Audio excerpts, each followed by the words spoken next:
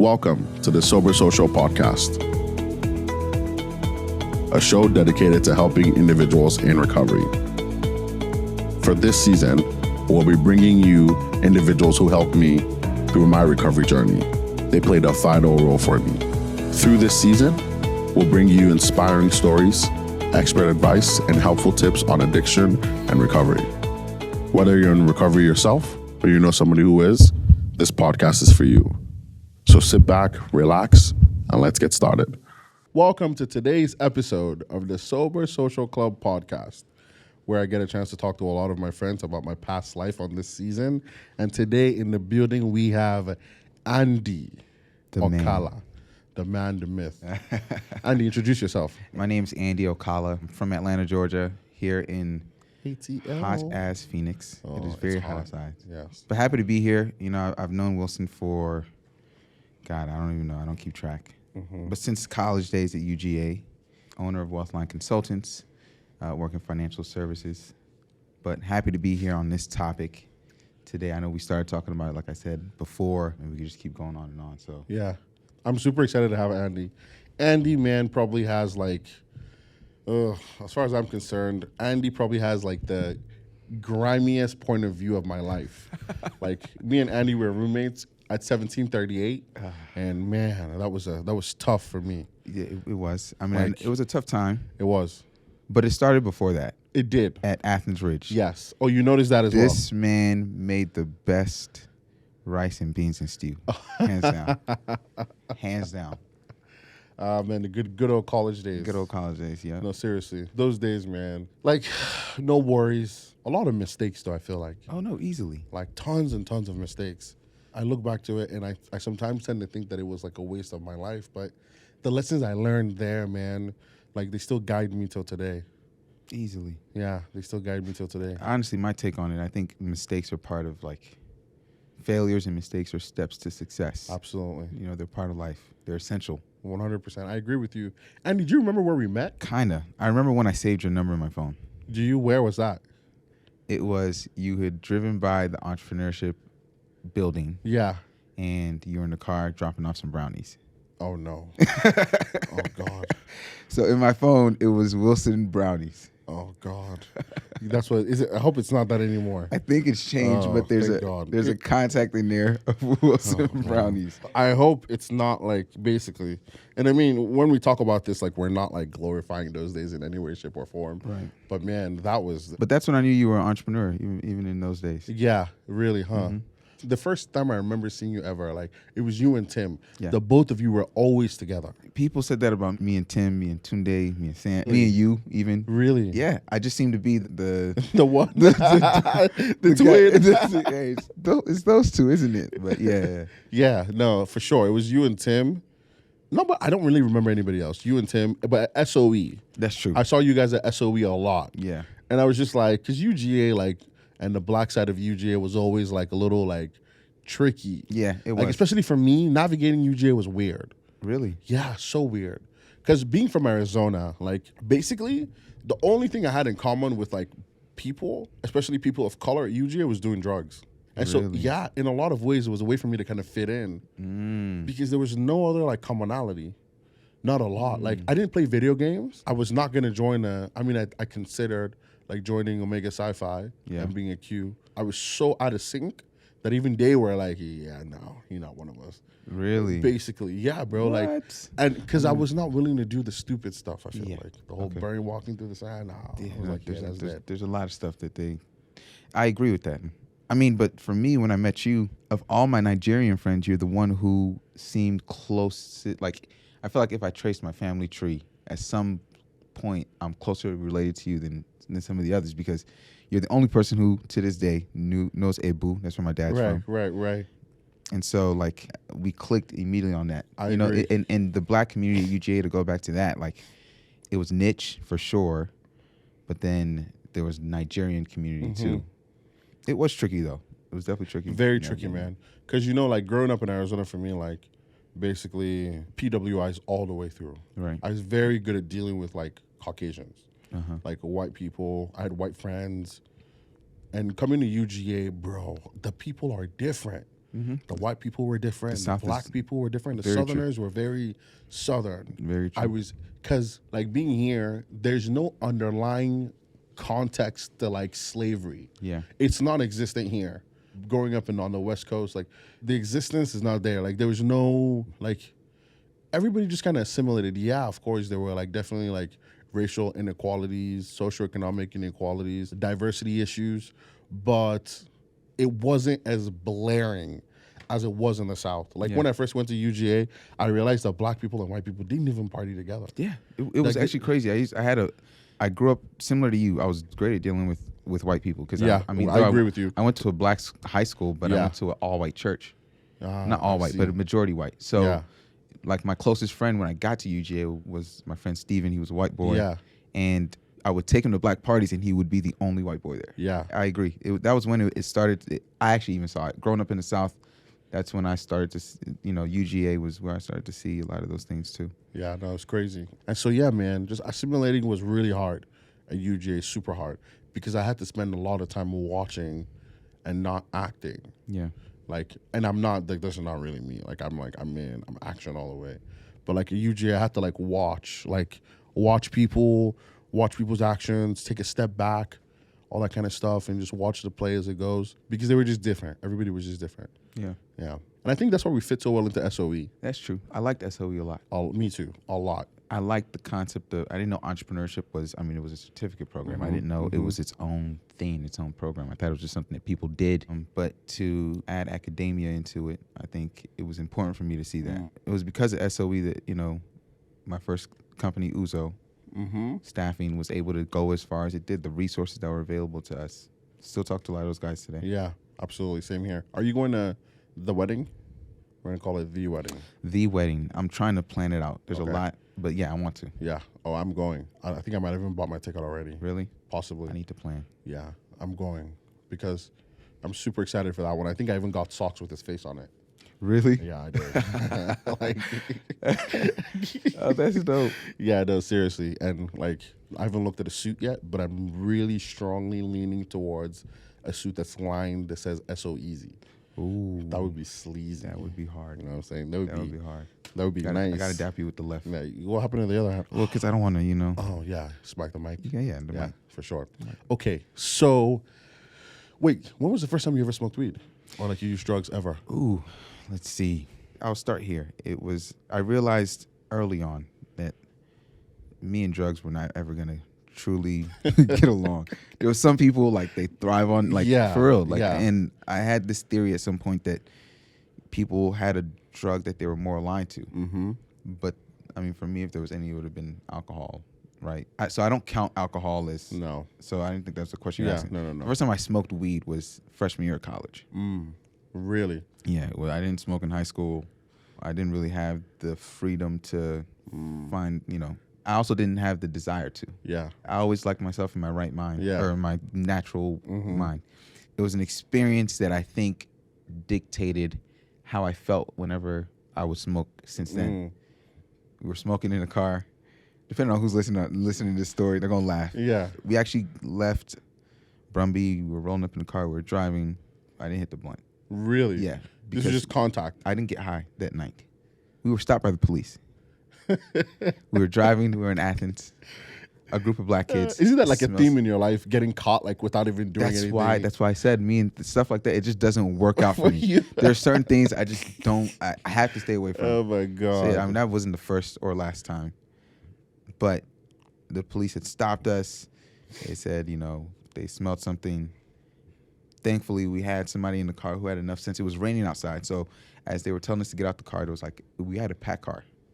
There was 6 people in a 5-seater. One of us didn't want to be there. You know who you are. And the person who had the blunt in her hand, it was raining outside. As she got out, she tossed it. Inconspicuously. No one knew. None of us knew. We just think, all right, we're done for. We're done for it. That's what I'm thinking. And so they separated us, put us in like different cop cars, and we're asking the driver all these questions. And we're all seeing this, and I'm like, well, there it goes. My parents I've sent never me to heard this school story before. My parents sent me to school to come and Get an get education. an education, and here I am. And so when I say dictated how I felt whenever I was high, it made me always paranoid. No matter what, like there was always a part of me that felt paranoid. Now that evolved over time. I realized because I also was like I didn't really like the culture. I don't know if it was just in the in the South, but Right. I didn't like the culture of weed a whole lot because it seemed to be like I would be high and people are still more. I'm like, wait, Right. I think I'm good. But yeah, that was the first time. It was freshman year, and then since then I got more comfortable with it. Tried other things, but yeah, that was the first time. Yeah. No, I don't know what it is, but about the first time being in a car. But for me too, the first time was in a car. Really? And I did get like high. At that moment, I knew that this was going to be trouble.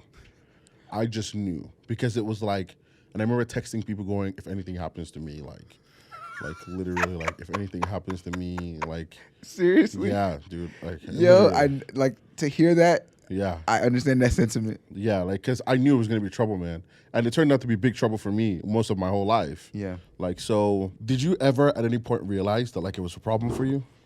Was it ever a problem for you? Because I think I've met some people who are like, yeah, it's not really a problem for me. It didn't derail my life. Was it really a problem Addicted. for you? I was never addicted. I could Really? always choose. Even when I started, like I never really bought weed for real. Even when I started, I would buy a gram here and there. People were always surprised, like, yo, you still have that? Like it would take me Yeah. forever to smoke because I didn't smoke to get high.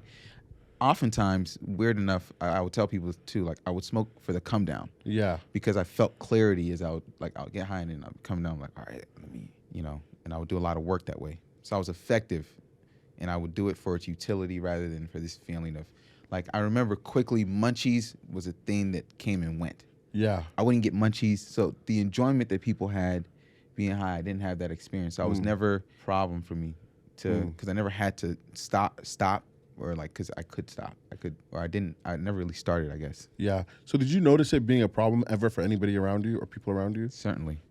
How did that make you feel? I mean, honestly, I didn't think too much of it. I knew that marijuana didn't have any, at least I thought, it doesn't have any addictive qualities, but the behavior itself can be addictive, right? And so sometimes I've seen it make people fiends, like they're looking for crumbs of weed on the floor, Literally.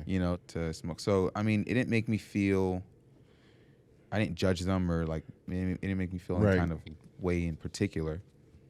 I mean, in all honesty, I knew it wasn't me.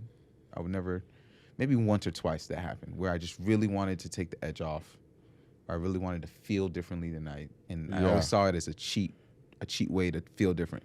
Instead of doing the work, processing your situation or emotions or whatever.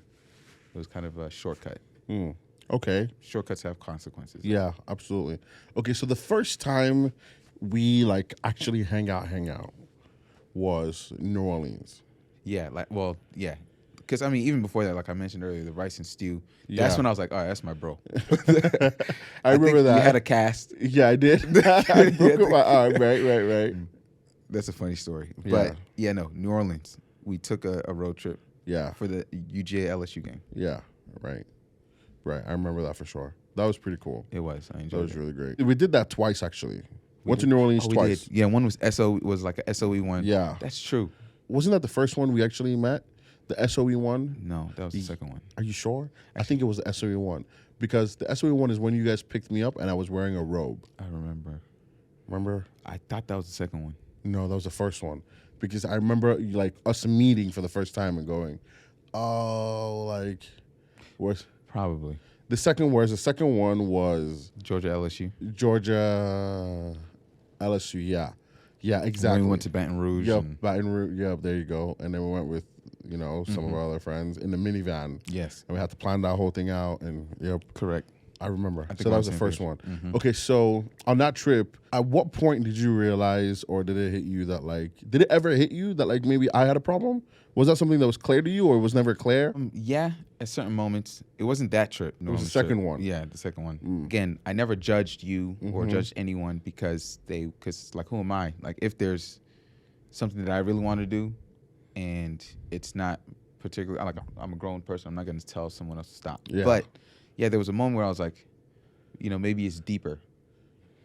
So, yeah, I rationalized it in my mind, like, the reasons why you felt the need to smoke. Yeah. because when I say you felt the need, remember we almost got into a Argument, we got into an argument, and this was the second time we went to New Orleans, the Georgia LSU one. Everyone else is asleep. We're actually staying at one of my good friends' home. parents' home. His Yep. parents' home. Yes. I mean, they know kids do it. They were cool people. Love them to this day. Yeah. I have people who went on that trip who still ask about them, and they, vice versa. But I wanted to be respectful of their home. Right. And I remember it was like the night before we were gonna leave, and you're like, "Yo, I need to smoke." Yeah. And I don't know if you were gonna smoke in the house or right outside, and I was just not with it. Yeah. I think it was the day we arrived. That whole thing happened. Oh, it was the first Yeah, day. I think because we arrived because it was like we had arrived. I remember And- it being at night. Yeah, and I was just like, obviously at that point in my life, like, unfortunately, the word is fiending. Like that Yes. would have to be the word. Yeah. Unfortunately, Of like, course. And it's just like, oh my God. Even now when I think about it, I'm like, dude, like that is just like disgusting behavior. But yeah, that's basically what it was. Yeah. Like I was sitting there and that's all I could think about, and I allowed that like consume my mind for the Yeah. most part, and it was a struggle. And I remember you were like, you tell the story. The way I recall, if anything, maybe that might have been the closest we've come to blows. I don't think we're gonna actually Yeah, fight. no. Because I knew that, if I get caught, I gotta relax here. But I remember it again. It was at night. You were fiending. Yeah, You know, 100%. you wanted to smoke. You wanted to smoke then. It's not the first time I had seen you or some of my other close friends like that.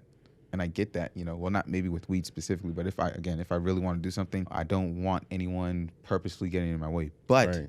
in this case, I was like, well, we're at somebody else's home, and that should be a consideration of ours. Yeah. We don't know the consequences of doing this, and I'm not trying to, they were gracious enough. Yeah, Because we didn't have to pay for 100%. lodging. you Yeah, know? and they had the bed set when we got there. That's Everything. it. Yep. And me and you went back and forth for a while. No one else was. Again, I think it was at night. Girls had went to sleep. Mm-hmm. And we had gone back and forth.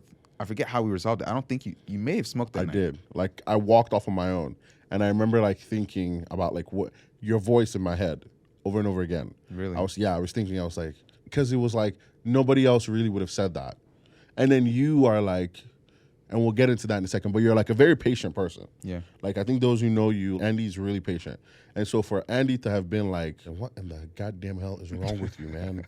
Like chill out. Like then it must have been like. I was like, oh yeah, this must have been not that great. Like, and I think that culminated from another issue too, that you have to tell that story about your parents coming. Right. So we were roommates. Let's like backtrack to like 1738. Yeah. So what was that like house like, first of all? How would you define it? That house was the best of times and the worst of times. Bro, it was the worst of times, bro. The The best, but worst, yeah. Best because I like the group of guys that we had. 100%. We Like, had a to this solid day- core. Yeah, we're a solid core. Like Yeah. you guys are all my homies to this day. Absolutely. But I don't think any of us at that time were adults. Like we made a lot of stupid financial mistakes, A ton of them. ton of them. And we had thrown parties before this. Yeah. But we had thrown parties at 1738 that I didn't really enjoy. Yeah, I agree. I didn't really enjoy it. 1738 it was a house where we could sit on the roof. Yeah. That was dope. That was fire. So when people came Yeah. over for this party, like they'd sit on the roof. So the parties were cool, but I was out of this realm of I didn't need to be cool. I didn't feel a need to be known on campus or anything like that. So we threw two of them. I remember specifically. The second one I remember was the day before my birthday. And I was working Uzo because that was also the day before a UGA game. Those were also the days that I had a Yeah. lot of staff working. Right. The tailgates and stuff. And I had rented a big van, and I had to park. Like I came home late. I remember that. And Yeah. I parked yeah. it in the and I'm Driveway. like, yo, what are all these people? And I'm tired. I'm just like, what are we doing? So it was definitely the best and worst times. But the particular case you're talking about, my mom was coming. Wait, so before, yeah, but before then, so that house was outside of the partying. Like, so we never paid rent. Yeah, we paid rent maybe a couple months. I think I paid rent maybe 1 month. Really? Yeah, I swear. For the longest time, I actually kept the requests. I might still have it on my phone. I'm gonna look. I kept the request for Venmo because it was like a motivation. Because I was like, I thought back to that time where I was like, dude, I couldn't even pay my freaking rent, bro. And it was all because of the choices I was making. Right. I felt like nobody else like. No, it was not just you. Because even when we moved out, bro, I traveled to Colorado. Really? When we moved out and y'all had to do the truck thing, y'all were probably pissed at me because y'all had to do all this labor. Yeah, that's right. Oh, I was annoyed by that. I can tell you that. I can imagine. 'Cause y'all had to do all this heavy lifting, and I was also, I was trying to run business, and right. it was a networking event. Anyways, And I feel you that still have I'm those trying- receipts? I might have them because I kept it for the longest time, bro. Like the requests from the guy, I forget his name. Yeah, poor guy. Yeah, like he sent me those requests. It was a and- good house. That's the craziest part. Seriously. Probably one of the best houses someone could find, right there off of campus. The UGA bus came. right there. Yep. Lots of space. Absolutely. No, it was a really, really great house. I kept that because like it was driving me for a long time. Yeah. Like I was like, dude, like you didn't pay rent. I would go back, I would look at it, and I would see those requests like, oh my God. But yeah, so go ahead. You were talking about No, you're right. When you don't have those things together, you shouldn't be throwing a party, bro. Go work. literally. Go work. And we were just letting other people come in Yeah. and take advantage of our space. Yeah. At the end of the day, it's what they were doing. Like, we broke the door. Yeah, Or I think there was a hole in the wall or something for happened. sure. There's like you know how like people's like shirts stick on the On the wall? wall, yep. Yeah, All of that. basically. So I don't think we respected that, the owner or the home itself, Yeah. the space we were in. But in this particular case, mom was coming, and for those who know my mom, very sweet woman. Yeah, 100%. She loves you. She I loves love all your my mom friends. too. Your mom is amazing. So she had known about, I think I told her, Wilson's dad had passed. Yeah, yeah. So she even wanted to like just hug you and like. yeah. But she was coming in, and at the time, I think in the house, I probably smoked the least out of us. I would say the singer. Because the singer, and he knows himself, the one who shared a wall I with know. me. However, The singer, probably, you may be surprised. really, Yes. Actually, no, you will be surprised. really. Like, the singer freshman year, Oh wow! what? More than everyone else, because Really? because we were in, again, and the same way you said, like when you came to UGA to fit in, you felt like you had to do drugs, Yeah, bro. That freshman year, for even when I remember being high in my room one time, and my roommate, like they were doing coke on the table. yeah. Oh And- wow! Yes, and they offered me, Yeah, and I'm high out of my mind. I'm like considering it. And I'm like, maybe I should wait a minute. yeah. No, I'm okay. Like it was just the fact of snorting Yeah. something on my nose. I was like, there's no way I can do that. I remember the first time I was offered coke before. I've never done it. Yeah. I never did it, but I remember the first time I was offered it. The temptation was so strong. I remember looking at, bro, they made lines for themselves and made me a line.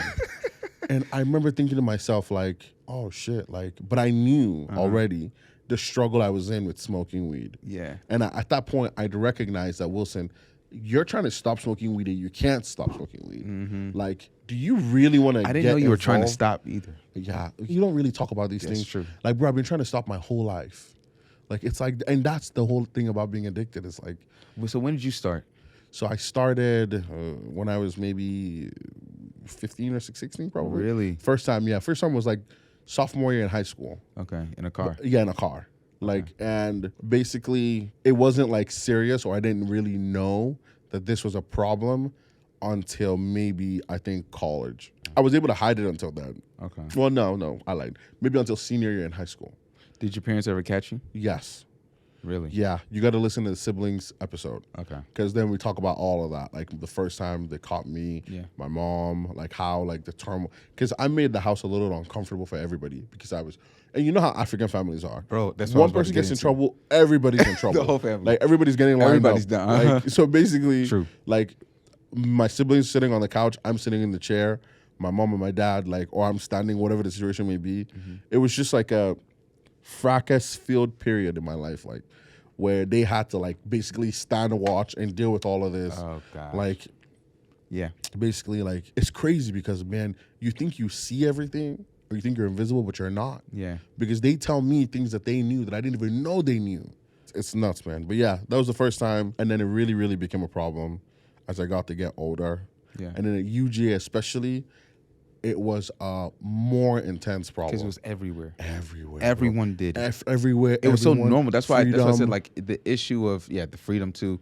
The issue of like weed was not an issue to me. I just didn't like the culture. I didn't like because if I get too high, like I'll start tripping. Yeah, exactly. Like I hate to trip. I hate Yeah. to be unable to stop thinking. And I'm like, because I remember when the reason I actually don't like smoking, because personally, people who know me close know it's Yeah. because it doesn't make me like I'm a social person. I Yeah. love talking. Right. It makes me the opposite of that. Mm. I start thinking about my words. Like I'm not as free. And for other people, like I see them, I'm like, how do y'all smoke and go out? That ain't me. I can't. I don't know how they do it, bro. And for me, like, bro, yeah, it's just too much. And so, yeah, I was trying to stop, man. I was trying to stop. Probably since, like, UGA, I've been trying to stop. Because I would get, like, my financial aid. Yeah. And 50% of that would probably be put away. And that's why I couldn't pay my rent. Because I was, like, my financial aid money would come in. Like, now, okay, so me now, right? I'm very normal now. I'm in my normal mind now. I get money. I have probably 4 houses I'm paying mortgages on. Yeah. Those mortgages are paid first. I have a retirement, like robust retirement, like structure. Yeah. All that stuff. Right. Money goes there first. Yeah. Like my mom gets her own Stipend. like stipend. I put some away in my personal account before I then flex or Yeah. like do whatever it is I want to do or like have a great time. Right. Or go shop. Like You take it what's important first. yeah, bro. But then then I get money.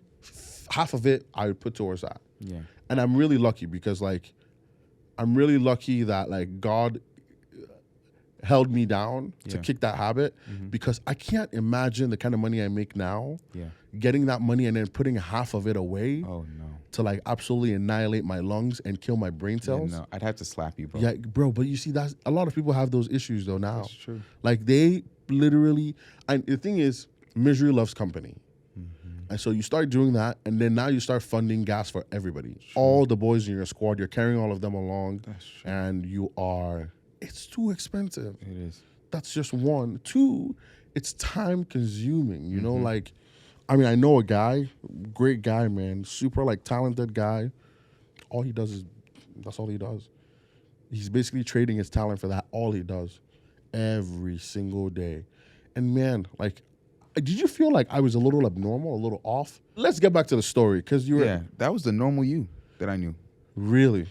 The you now, I was like, I didn't know how much of your potential you were cutting off, to be honest with you. Really? That was the normal Wilson that I knew. You weren't somebody who was like high and obnoxious or like, there was times you could be high and I wouldn't know, I felt like.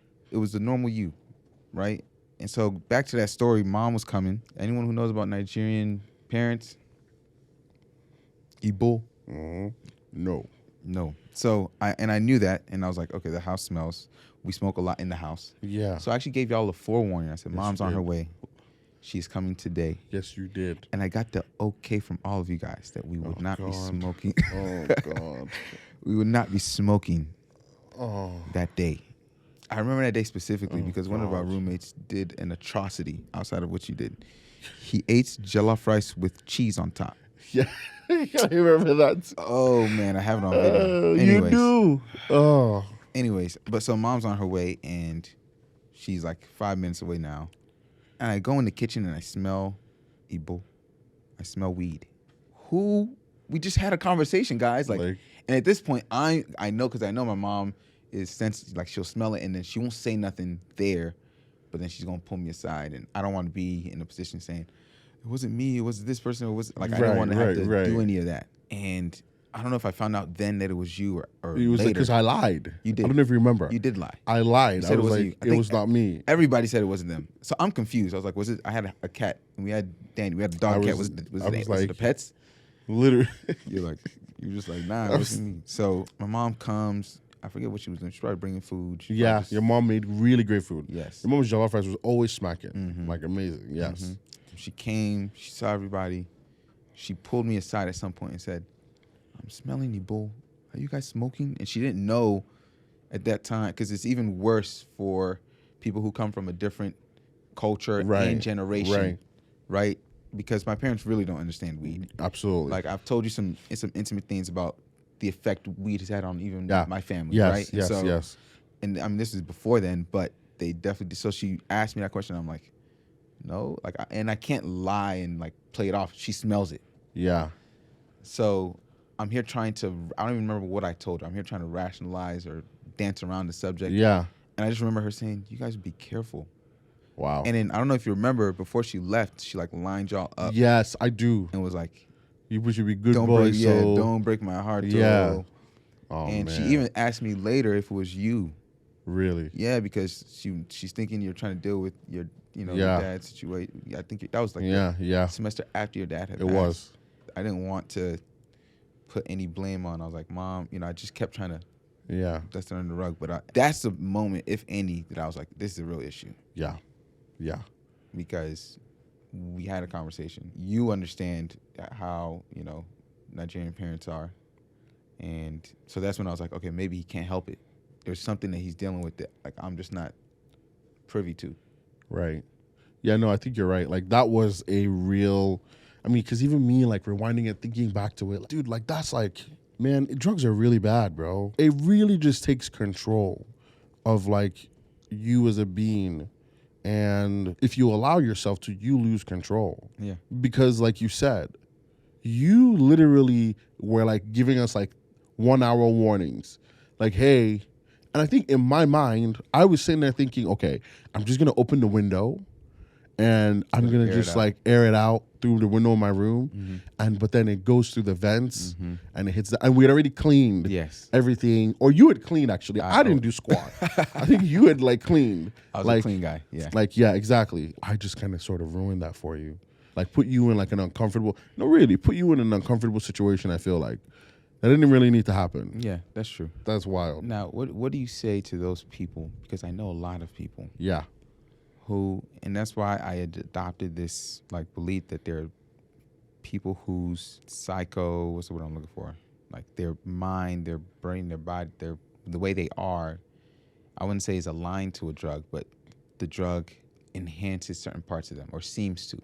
Like there's people who, like I said, smoke and then they're the most, they can, go talk, network and talk to any, or like I actually know someone, I have a good friend who graduated from tech, like number 1 in computer science and would do coke and code a whole app. Or people who, like I said, it just like, it doesn't seem to affect them poorly. I think it affects everybody poorly. I think no matter what, I think if you look at some research from the Association of American Heart Association or something like that, or like Association of Cardiologists. Yeah. The worst thing you can do for your heart is to smoke or do drugs like coke. That's the worst thing you can do for your heart. There's no questions at all, right? That smoking is absolutely horrible for you.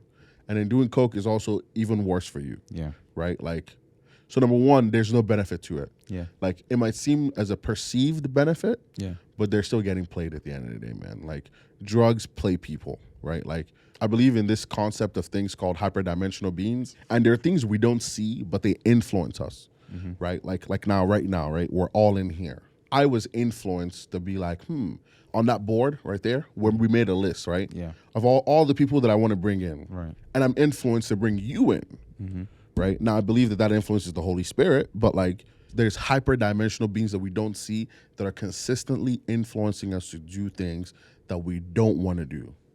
Consistently influencing us, right? And the more they're able to influence you, the more they can actually influence you for good or for bad. Drugs are attached to those hyperdimensional beings. Okay. Right? Now, your brain composition, your hormonal composition as a person, your physical composition as a person, the things your parents have taught you growing up, your confidence, all these things can add up to help you seem as though like you're putting up a better defense to these things, but you're losing. Yeah. Oh yeah.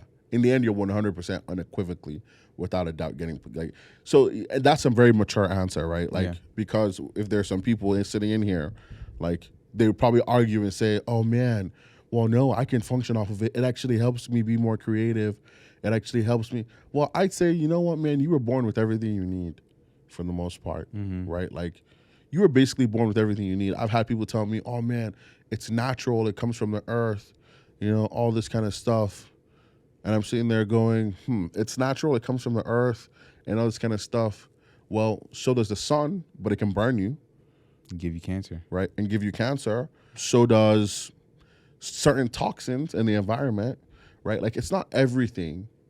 Like, and that's a lesson from the Garden of Eden. There's one tree you're not supposed to eat of. At that point in that garden, one tree. I think there's many trees in life, man, we're not supposed to eat of.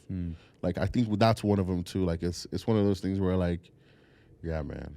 you're probably better off like not doing it, dude. Like, man, because ever since I've stopped, Andy, like, and I've put that away, I mean, you've seen firsthand what I've been able to Bro, accomplish. It's been crazy Like, in such a short period of time.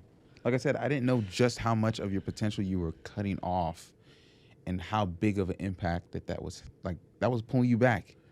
huge. And it wasn't until you told me that, like, people seem to just, Andy and Wilson are always hanging around, so Andy's got to know everything that's going on with Wilson. So people would ask me, like, yo, what is Wilson doing? Yo, what is he doing? And I would answer to whether I say convey, concierge, or even as I learned what you were doing with with the clinics. By the way, did this inspire that? Yeah, 100%. Like, I felt like, man, for all the people that, like, I sold brownies to Yeah. when I used to be a drug dealer, unfortunately. Oh, God, forgive me. Like, all the people that I dragged into it, I figured, man, like, if I have these candid conversations, Yeah. very candid conversations with people about my life, and I kind of open it up, and God has blessed me with a really great team. Like, I have Rana, I have Vic. So, like, if I could do something like this and, like, share my experiences with so many other people out there that are struggling, man, like, help them achieve a lifetime of sobriety is really the goal. I think that'd be huge. I think a lot of people can learn from it. They can go listen to, because I've had some really good episodes. My mom, my siblings. Mom was on here? Yeah, mom was the first one on here. It was like wide open. Talked about everything. Told her the first time I smoked, like, cause yeah, bro. My mom, cause she really went through the whole thing. Mm-hmm. Me and mom didn't talk we talked maybe twice for like a whole year. Yeah, bro. Cause Like, first of all, before college? during college. Okay. Because first of all, like, at UGA, I was just like, the things I was supposed to be doing, I just felt like I was a menace, bro. Like, Yeah. my mom didn't it was hard for her, extremely difficult. And that's why every time I look at her, bro, I'm always like trying to spoil my mom. Like how can I, literally, like, sell me a product that I can spoil my mom with. I'm down, right? Because like, she just put up with me so much and prayed and prayed. Yeah. And basically prayed me out of the situation, right? Like, that was a really good conversation. Like, you got to check that one out. I will. That was a really good conversation. It was really, really good, man. Like I was saying, like, us guys, we don't talk about things. Yeah, no, we don't. Like, girls oftentimes, like, I don't know why that's the case. I don't know. Like, even me, sometimes I don't know when I'm struggling. Yeah. I mean, I know when I'm struggling, but I create a solution. Right. In your head. In my head. A blockade. Right. Yeah. And it's important, especially in brotherhoods, to be able to communicate the struggle. Yeah. Share it, because if, somebody else, like, let's say we were still in, just like you're sharing it now for those who might hear it. Yeah.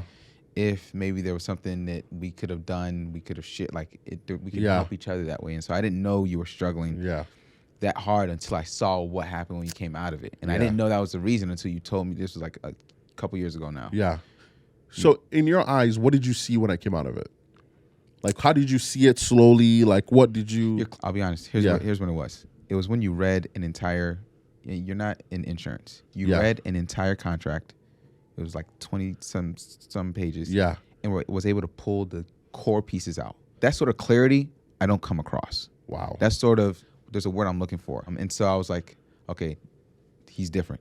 He's Really? not. That's not the Wilson who would cut corners or like didn't really... Because Wilson, I knew, didn't really care. Like, he didn't care about even when you got into a fight and ended up with the cast. Yeah, that was wild. wild. I was like, I wish I saw.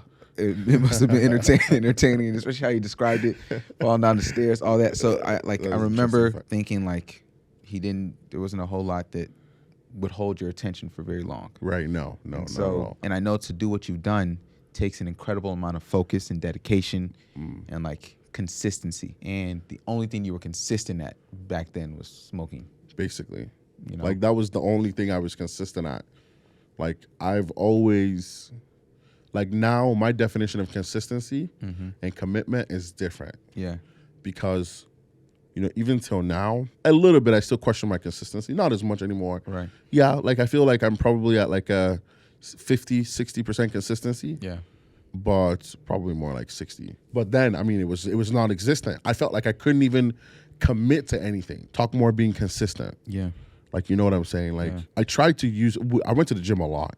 That's true. Because I tried to use that as a way to, believe it or not, the gym was my escape. Really? Yes. Because when I was at the gym, I was never thinking about really smoking. I could be at the gym for 2 hours. And that's why, like, me, we're not mentioning names, but I don't think he would mind. Yeah. Me, Keaton, I remember. his cousin. Have you seen Keaton lately? That boy is. Bro, I don't know how he does it. I'm like, are you trying to go to the shout league? Shout out my boy. Bro, straight up. Like, for reclaim your real. throne. Shout out my boy. Reclaim your, like, for real. I'm like, yo, I'm looking Shout at some out of his the workouts. kid, I'm man. like, there's no way. Shout out that boy Keaton, man. Yeah, bro. The boy is so consistent. Reclaim your throne every day, consistently putting he out is workout vids. in there, bro. I don't know how he does it every day. And I'll be watching the weight that he can't be more than $190. Bro, nah, he's probably more. 190? Nah, Maybe he probably around 220. You think so? He's a big boy, bro. Big guy. I'm just seeing videos. What are you at? You're at like what? 150? Whoa. No? My head's big. I have big thighs. 180. 180? Yeah, 180. Oh, he's bigger than you. What are you talking about? He's bigger. probably like 220, 230 But he's then. shorter, you know? So either way, whatever weight he is, the kind of weight he's throwing up and the kind of exercise he's doing. So shout out to that guy, Reclaim Your Throne. For real. Man. Nah, he's really doing his thing, man. But yeah, that was like a great escape. And I really enjoyed working with him. Yeah. Because he was very calculated and controlled. Like, he really is. That guy is one of the most dangerous guys I've ever met. He's extremely dangerous. Like, because, bro, like, a man who has, like, oh, man, extremely dangerous guy. I agree. Extremely. If you have the willpower to do those kind of hard things that consistently, I agree. For real. That is dangerous. Like, I'm waiting for the day, bro. I won't be shocked. Yeah. I won't be shocked because, like, you know, the guy shows up day in, day out, consistent, doesn't miss a day. It doesn't matter if other people are with him or not. Yeah. Like, and he's, like, really willing to, like, teach other people because he didn't really know me that well. I'm gonna say, how'd y'all meet? Like, we met, like, how did we even meet, bro? I think we were just working out one day and just like that. Like, it was just like, hey, bro, like, let me join you. What are you working today? At the Intuit gym. Yep, the gym. Worked out with him the first time, worked out with him the second time. And then I remember talking to him. I was like, bro, like, I'm moving, blah, blah, blah, blah. I'm like, I don't have a ride to come work out. And he was just like, oh, you don't? Oh, I'll pick you up, bro. Like, and bro picked me up every day I called him. Wow. I'm telling you, bro picked me up every single day I called him. Like, we would have a great time in the gym. That was a really good influence for me. Yeah. Because I was able to get out of, like, a lot of or then right after I go smoke weed. It was a really big escape for me, really. It was huge. Just being able to get out, escape from, like, that environment and just work out. And so right now, at my clinics and, like, residential facilities, we make our people work out.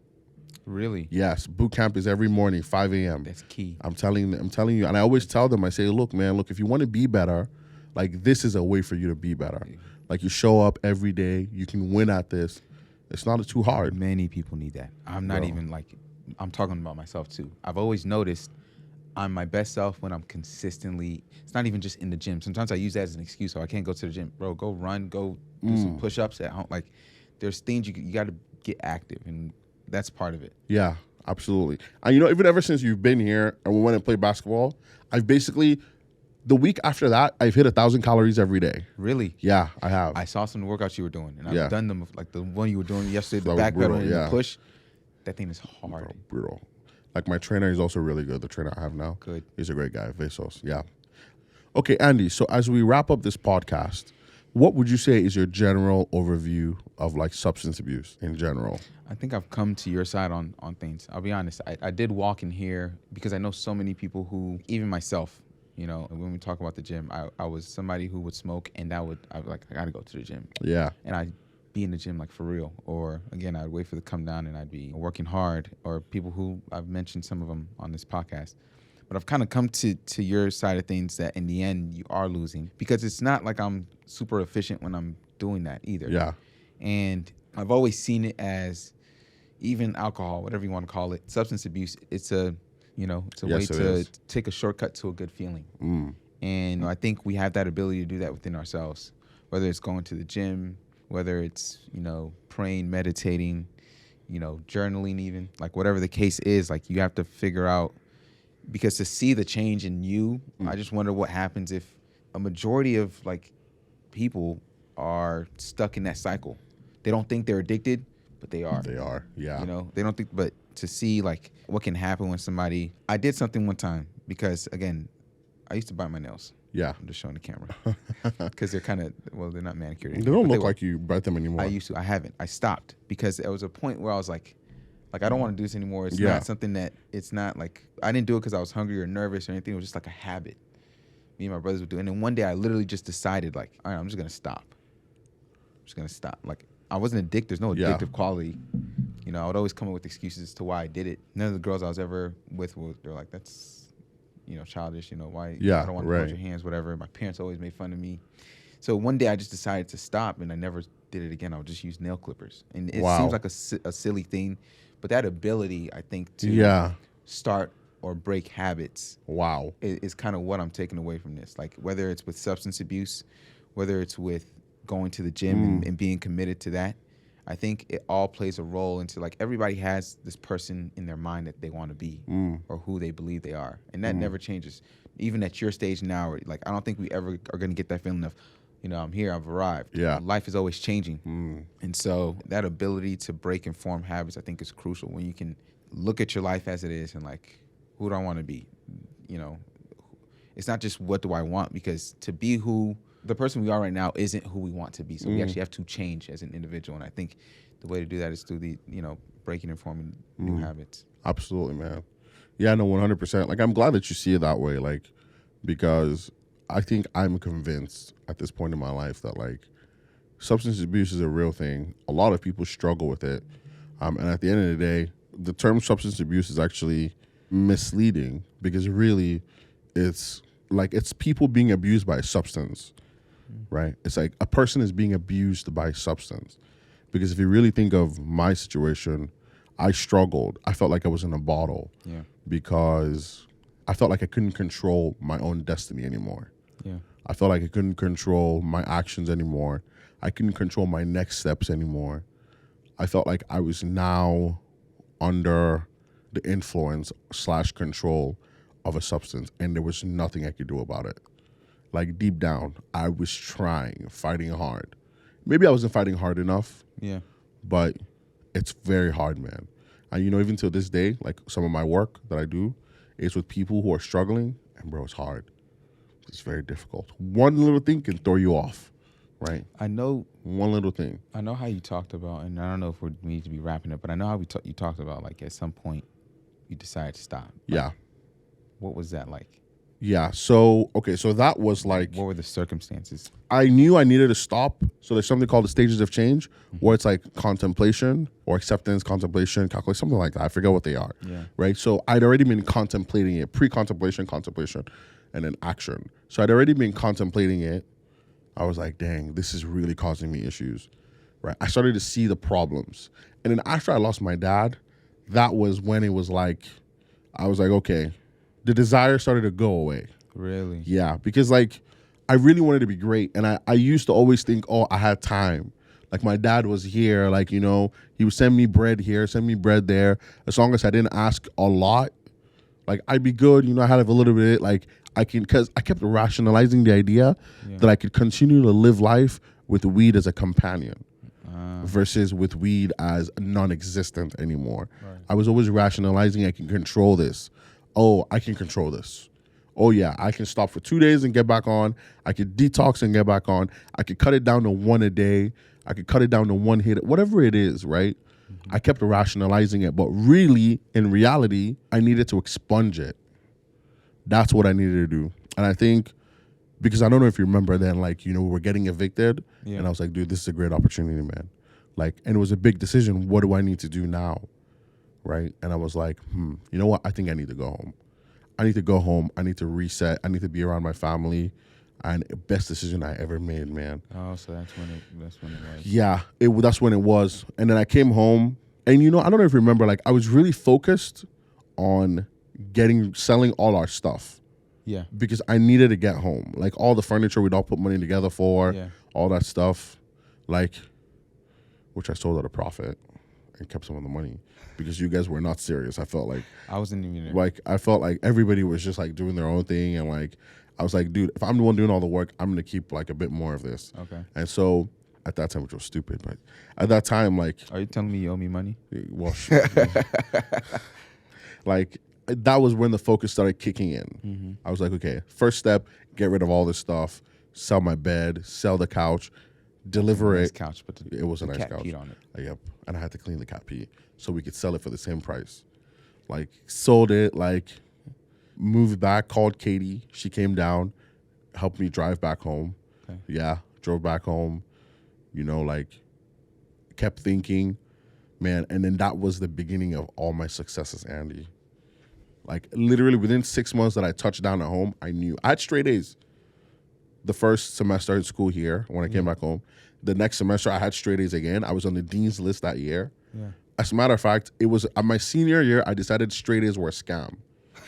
Like, I was like, yeah, okay, I don't want straight A's anymore because you don't get anything for getting straight A's, dude. Of course not, no. Like, nobody gives you, like, they're not going to hire you better. Because of straight A's, no. No, like, it's like, and then, as I'm graduating, man, I was interviewing with, like, Deloitte, I remember. KPMG. That's the story. Again, you moving back home, we weren't like as close because we weren't in the same space. I felt like I needed to disconnect. No, that's fair. From everybody in my past. Yeah. Because I wasn't strong enough to, like, be, like, connecting and then being like, okay, I want to fly back and come see you guys and all that kind of stuff. I was like, I need to disconnect completely. Yeah. It was that story about the consulting agencies, and when you did the math between that and you saw this business opportunity, it was like, yeah, that decision, Yeah. That's when I started to see it. Absolutely, man. So much, man. So much happened.